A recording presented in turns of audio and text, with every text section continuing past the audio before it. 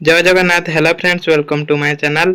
आज ये वीडियो आम +3 सेकेंड सेमिस्टर जोटा रोचे आम हिस्ट्री ऑनर्स कोर पेपर 3 बा आपण माने मेजर 3 कहि परिबे।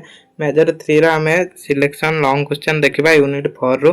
तो पूर्व वीडियो मानकर आम यूनिट 1 2 3 शेष करछंती। 1 मार्किया 2 मार्किया 5 मार्किया सब जाक भी आम क्लास करछंती। जो माने से वीडियो देखिनाती चैनल प्लेलिस्ट को जाके देखि परिबे। तो आज ये वीडियो में यूनिट 4 सिलेक्शन लॉन्ग क्वेश्चन देखा जोटा आद्य मध्ययुगीय भारत प्रारंभ काल चतुर्दश शताब्दी शेष ख्रीष्टाब्द पर्यंत। तो आम जी दीटा देखा सिलेक्शन लॉन्ग क्वेश्चन। तो आपण मैंने ये दीटा भल भाव पढ़ु। आउ नेक्स्ट वीडियो आम आउ दुईटा डिस्कसन करबा। से चैनल को सब्सक्राइब करदेबे। आ जदि पीडीएफ दरकार तान टेलीग्राम रो जॉइन होइजिबे। सेठी पीडीएफ मो शेयर करदेमी। तो चलते वीडियो को आरंभ करबा। एठी प्रथम सिलेक्शन क्वेश्चन रोचे हमर आद्य मध्ययुगीय भारतर राजकीय भूमि अनुदान उपरे आलोकपात कर। ब्राह्मण मानक राजा द्वारा भूसंपत्ति दान उपहार रूपे प्रदान करिवार सर्वपुरातन वर्णना विलंबित वैदिक जुगरे परिलक्षित होता। वैदिक जुगरे कौन होता ना राजा माने जो भूसंपत्ति गुड़िक कौन करते ब्राह्मण मानक दान करुले।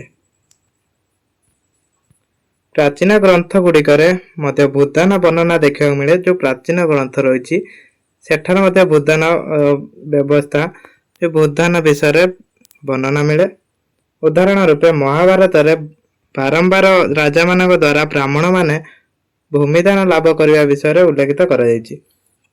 जो महाभारत रे कौन होइछि ना राजा माने से समय ब्राह्मण मान को भूमिदान करथुवा कथा बारंबार उल्लेख कर। महाभारत अनुशासन पर्व रे थिबा दान धर्म भागरे भीष्मक द्वारा युधिष्ठिर को कुआ जाइछि जे ब्राह्मण मानक द्वारा अणदेवता को देवतार परिणत करा जाय पारे एवं देवता अवसान पूजा पाउथबा देवा देवी को से अवसान विच्युत मध्य करा जाय पारे। सेमाने राजा निर्माता अटंती एवं जने राजा ब्राह्मण मानक संतुष्ट करी रखि पारिथिबा पर्यंत तांकर सिंहासन सुदृढ़ होई परिबे। जदि गुटे राजा ब्राह्मण को संतुष्ट करी रखिबे तांको दान धर्म ए सब करिवे ताने कोन हबो ना तांको सिंहासनटा सुदृढ़ हबो।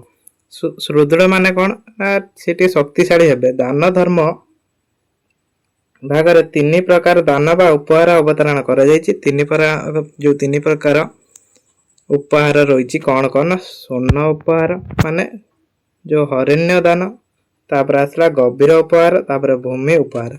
ये 3टी उपहार सही टाइम रे दिया होतला।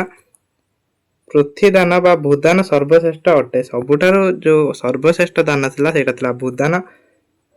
कारण पृथ्वीर मध्यरु रत्न प्राणी शस्य उत्पत्ति हुए।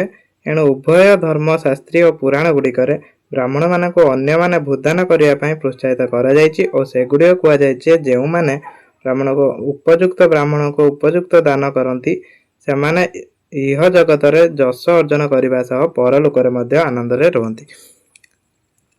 ताने एठी कहला जो भूदान को सर्वश्रेष्ठ दान कुआ जाउतला कहीं ना से जो भूमि थिला सेठी रत्न प्राणी शस्य सबु भूमि उत्पादन होउतला।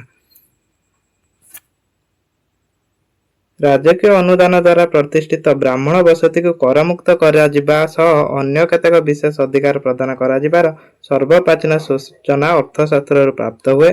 कर प्रदान मुक्त थिबा व्यक्ति मानक मध्य ब्राह्मण मान अंतर्भुक्त थिबा विषय धर्मशास्त्र वर्णित होइछि। ब्राह्मण मानक राजकीय भूदान उपहार सूत्र प्रदान पाई राजा मानक उत्साहित करा जायतिला। देखो ब्राह्मण मानकर कोन कर लागू नथला ब्राह्मण मानक ऊपर ब्राह्मण मानक भूदान करा जाउतला। एपरि उल्लेख प्रमाणित हुए जे ब्राह्मण मानक द्वारा रचित संरक्षित तथा प्रसारित हेउतबा ब्राह्मण परंपरा अनुमोदित ग्रंथ आश्चर्य शून्य रूपे निश्चित एपरि उपहार को ब्राह्मण मानक पई उत्तम बोली विवेचना करा जाउतला। एटा ब्राह्मण मानक पई उत्तम बोली विवेचना करा जाउतला। एणु प्रश्न होउछि धर्म ग्रंथ गुड़िकर बारंबार एपरि उपस्थित करा जीव प्रचलित परंपरा एक प्रतिफलन थिला ना एपरि एक परंपरा नूतन रूपे प्रचलित करिया पई तत्कालीन ब्राह्मण मानकर प्रयास करा जायतिला। एटा कोन प्रश्न उठे ना ए जो भूमिदान व्यवस्थाटा ब्राह्मण माने कले ना एटा ता पूर्वर भी होई आस्तला। तो एटा गोटे प्रश्न उठे। अन्य ऐतिहासिक उपादान प्रमाण मिले जे एही क्षेत्र रे ଉଭୟ ଆଂଶିକ ରୂପେ ସତ୍ୟ ଅଟେ। ଉଦାହରଣ ସ୍ୱରୂପ ପାଲିକ ବୌଦ୍ଧ ଗ୍ରନ୍ଥ ବର୍ଣ୍ଣନା ଅନୁଯାୟୀ ମଗଧ ରାଜା ବିମ୍ବିସାର ଓ କୁଶଳ ରାଜା ପ୍ରସେନଜିତ୍ ଉଭୟ ବ୍ରାହ୍ମଣ ମାନଙ୍କୁ ଭୂସମ୍ପତ୍ତି ଉପହାର ଦେଉଥିଲେ। କିଏ ଦଉଥିଲେ?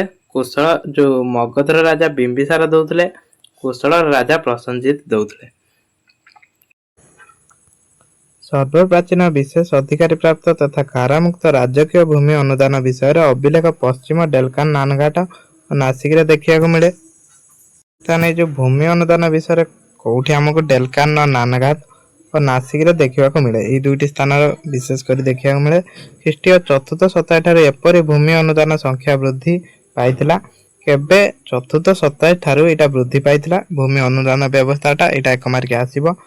ଖ୍ରୀଷ୍ଟୀୟ ପଞ୍ଚମ ଶତାବ୍ଦୀ ଠାରୁ ପ୍ରାୟତଃ ଭାରତ ମହାଦେଶରେ ସମଗ୍ର ଅଞ୍ଚଳ ରାଜାମାନେ ଏପରି ଭୂମି ଅନୁଦାନ ପ୍ରଦାନ କରୁଥିଲେ ଏବଂ ଏପରି ଦାନ ଗୁଡ଼ିକ ସବିଶେଷ ବିବରଣୀ ତାମ୍ର ଫଳକରେ ଲିଖିତ ହେଉଥିଲା। ଏସବୁ କାହାଦେହରେ ଲେଖା ହେଉଥିଲା? ତାମ୍ର ଫଳରେ। ବ୍ରାହ୍ମଣମାନଙ୍କୁ ଦାନ କରାଯାଉଥିବା ଗ୍ରାମ ଗୁଡ଼ିକ ଆଗ୍ରହାର ବ୍ରହ୍ମଦେୟ ଶାସନ କୁହାଯାଉଥିଲା ହେଲା। ବ୍ରହ୍ମଦେୟ ବା ଶାସନ କୁହାଯାଉଥିଲା।